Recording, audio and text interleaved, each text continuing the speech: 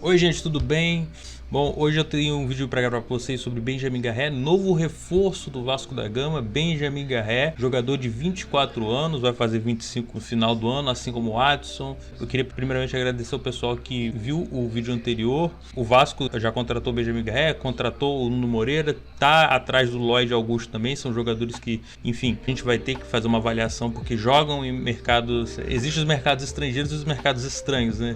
O Vasco geralmente vai atrás dos mercados estranhos. Caso vocês gostem do vídeo, vocês deixem um like e adicionem o seu favorito. Se é claro, comentem no vídeo qual o jogador que vocês querem que eu analise aqui. Mas assim, vamos falar sobre ele, falar sobre o que tem de bom sobre o Benjamin Garré. Ele começou pela base do City, né? Jogou sub-18, jogou no Manchester City no sub-19, em seguida ele vai para o Racing, logo em seguida lá em 2022 ele começa um pouco no Racing e depois é vendido ao Huracan, e no Huracan ele tem 26 jogos, 4 gols e 1 assistência. E no Krylia Sovetov, sim, o nome é Krylia Sovetov, me desculpa gente, mas eu sou incapaz de pronunciar esses nomes. Se a gente der uma olhada nos números dele, 22, 23, ele tem 3 gols e 1 assistência, 14 jogos, ele tem 9 gols e 3 assistências na temporada 23-24, que é uma temporada que ele já estava um pouquinho mais velho, ele já deveria ter seus 22, 23 anos, ele chega a ter 12 participações em gol, e nessa temporada de agora, 24-25, ele tem 14 jogos e apenas 1 gol. Então houve uma queda de rendimento, mas isso também está fundamentalmente atrelado a questões físicas que infelizmente serão a tônica de uma parte da análise, ou pelo menos uma parte do crivo da análise, né? Mas assim, falando sobre as características do Garré, ele joga geralmente na ponta direita. E por que eu falo que ele joga na ponta direita? Porque embora ele seja ponta direita, joga como ponta de perna trocada, como a gente analisou com o Roleze e com o Arthur Vitor, ele tem uma característica que me lembra o Roleze um pouquinho, que é um jogador que vai muito mais por dentro, né? Ele joga às vezes na faixa central, ele tem mais características de um jogador como um meia mais aberto, né? Jogando um pouquinho mais, pifando a bola, tentando um passe vertical. Muitas vezes a jogada dele não é de explosão, você não vai ver nele um Peck, você vai ver ele mais próximo de um Adson, só que ele é um jogador mais construtor. Então ele tem características que vão mais para o meia, segurar a bola, levantar a cabeça, tentar pensar num passe vertical, um passe por dentro, tentar fazer uma inversão de bola, tentar achar um passe entre as linhas. Ele é um jogador, entre as suas valências, entre suas singularidades, essa tentativa de pensar o jogo, né? Esse refino com a bola. E aqui falamos dele, né, como ponta de perna trocada, como um achador de passe, e tendo essas boas inversões, bons lançamentos. Podem perceber o mapa de calor, né? Geralmente ele joga desse jeito, a carreira dele toda, embora ele seja muito jovem. Só que vocês podem notar que muitas vezes vocês vão ver lances dele por dentro, né? E nesses lances por dentro ele consegue às vezes dar mais de 2, 3 dribles curtos, geralmente em um curto espaço de campo, dá alguns dribles, né? Não é um jogador de grandes arrancadas, ele até consegue dar algumas arrancadas, mas é difícil que ele consiga segurar essas arrancadas até pela questão física, é um jogador mais franzino. Falando aqui sobre os jogos que eu vi e um pouco sobre o que eu notei sobre o Benjamin Garré, além da questão dele ser um ponta que mais parece um meia, né? Que eu percebo que ele pode agregar bastante jogando um pouco mais pela faixa central do campo. Eu fui ver alguns jogos dele pelo Huracan e eu notei que, principalmente quando ele tenta puxar a bola para o lado direito, ou seja, quando ele está do lado esquerdo e ele tenta puxar para dentro, ele não consegue driblar o marcador, ele tenta girar de novo, e aí se ele fica de costas para a bola, e esse eu acho que é o principal que a gente pode falar nessa questão, é que quando ele tenta jogar de costas ele tem um pouquinho mais de dificuldade. Eu honestamente acho que isso esteja atrelado também à questão física, né? Não é um jogador que consiga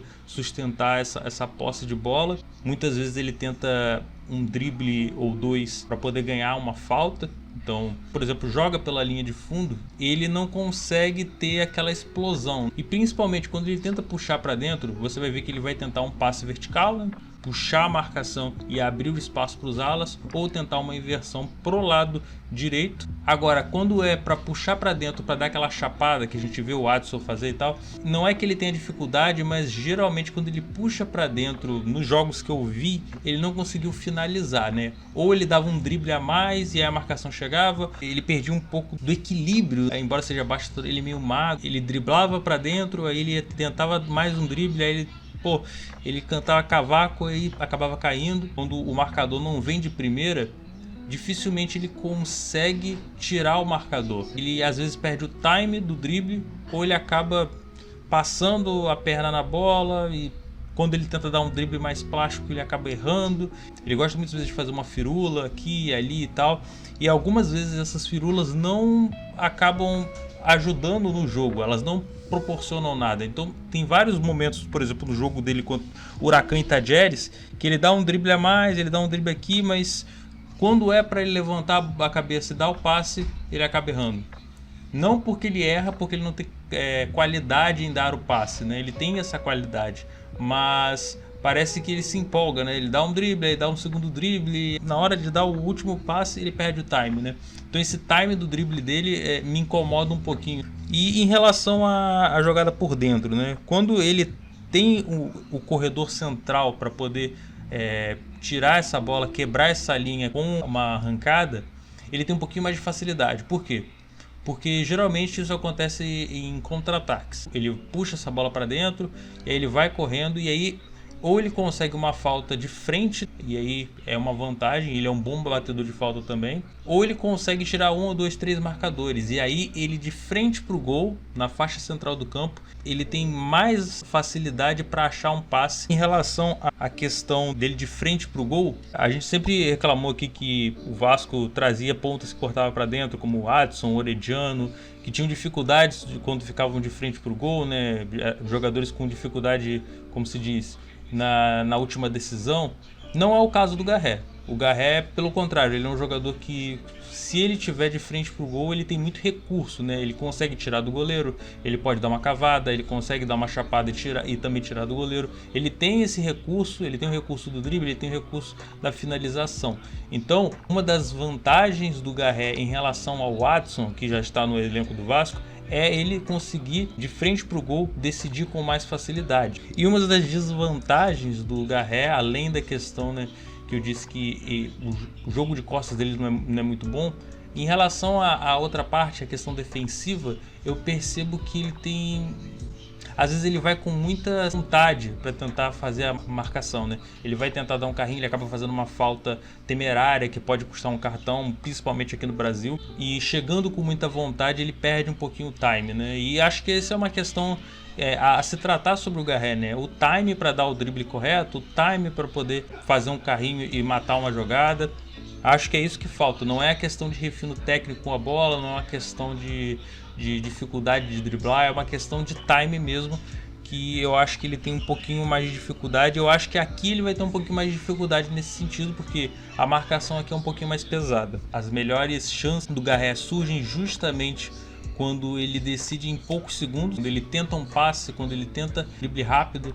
Toda vez que ele tenta segurar essa bola, ele vai tentar puxar para outra perna, ele vai tentar um giro, ele acaba perdendo tempo, ou o marcador chega e tira a bola dele. Ainda em relação a ele sem a bola, ele até consegue voltar para ficar na segunda linha e tal, para poder recompor, mas é um jogador que ele, em vários momentos, ele recompõe, digamos assim, virtualmente, né? Você sabe que ele está ali, mas ele não consegue, por exemplo, uma roubada aérea. Ele não é um jogador que ele consegue fazer essas interceptações aéreas, né? E até por uma questão de estatura, não é um jogador muito alto. Meu principal problema com o Garré é a falta de objetividade, né? Eu vejo muito ele na Rússia, eu vi alguns jogos dele na Rússia, alguns jogos dele na Argentina, e às vezes a falta de objetividade, talvez por ser mais jovem, por gostar do drible e tal, às vezes faltava um senso dele de posicionamento um pouquinho mais próximo do gol. Então você vai ver muitas vezes ele abrindo um pouco demais na lateral e tentando um drible que não é produtivo. Isso para mim me incomoda, porque é uma questão de um desperdício, entende? Um jogador que, como eu disse, que quando ele está de frente para o gol, quando ele está mais próximo, pelo menos da linha de fundo, próximo à área, ele tem recurso para poder definir a jogada. E muitas vezes eu vejo ele jogando um pouquinho mais afastado, próximo do lateral, um pouquinho mais longe do gol.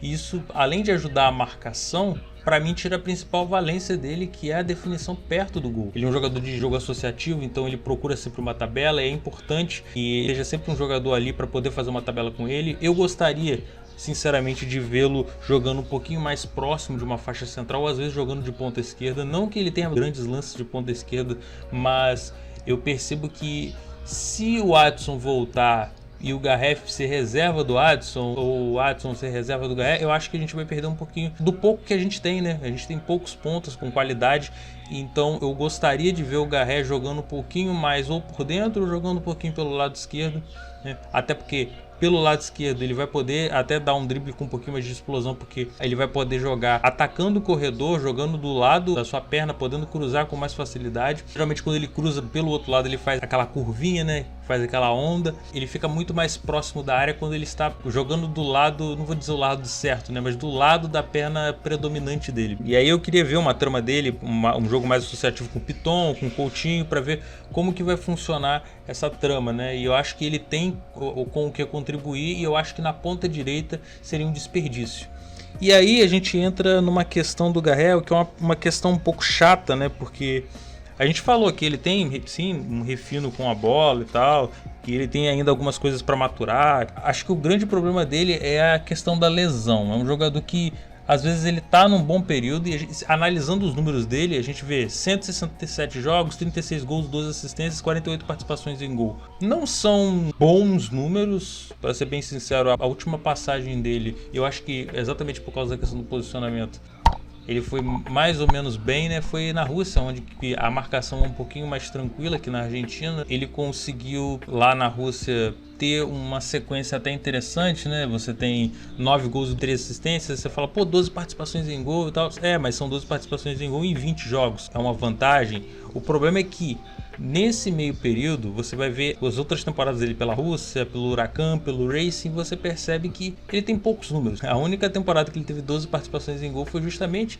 a do ano passado, 23-24, né? A temporada é contada na Europa. Isso me preocupa porque eu fui dar uma olhada num printzinho para ver a quantidade de lesões dele e dá para perceber que de 22 até 24 ele tem lesões que tiraram ele de mais de 90 jogos, entende? E isso é assustador porque a gente já tem um problema no departamento médico do Vasco, a gente vai comprar mais um problema. Para mim, isso é uma questão a ser muito levada em consideração. Você trazer um jogador que estava numa fase muito boa e aí ele vai, começa 24-25, começa mal, só tem um gol, volta de mais uma lesão, já é a terceira, quarta lesão, ele tem 24 anos, ele é muito jovem, ele tem lesões, tem uma lesão que tira ele de mais de 30 dias, 40, 50, então assim, é assustador.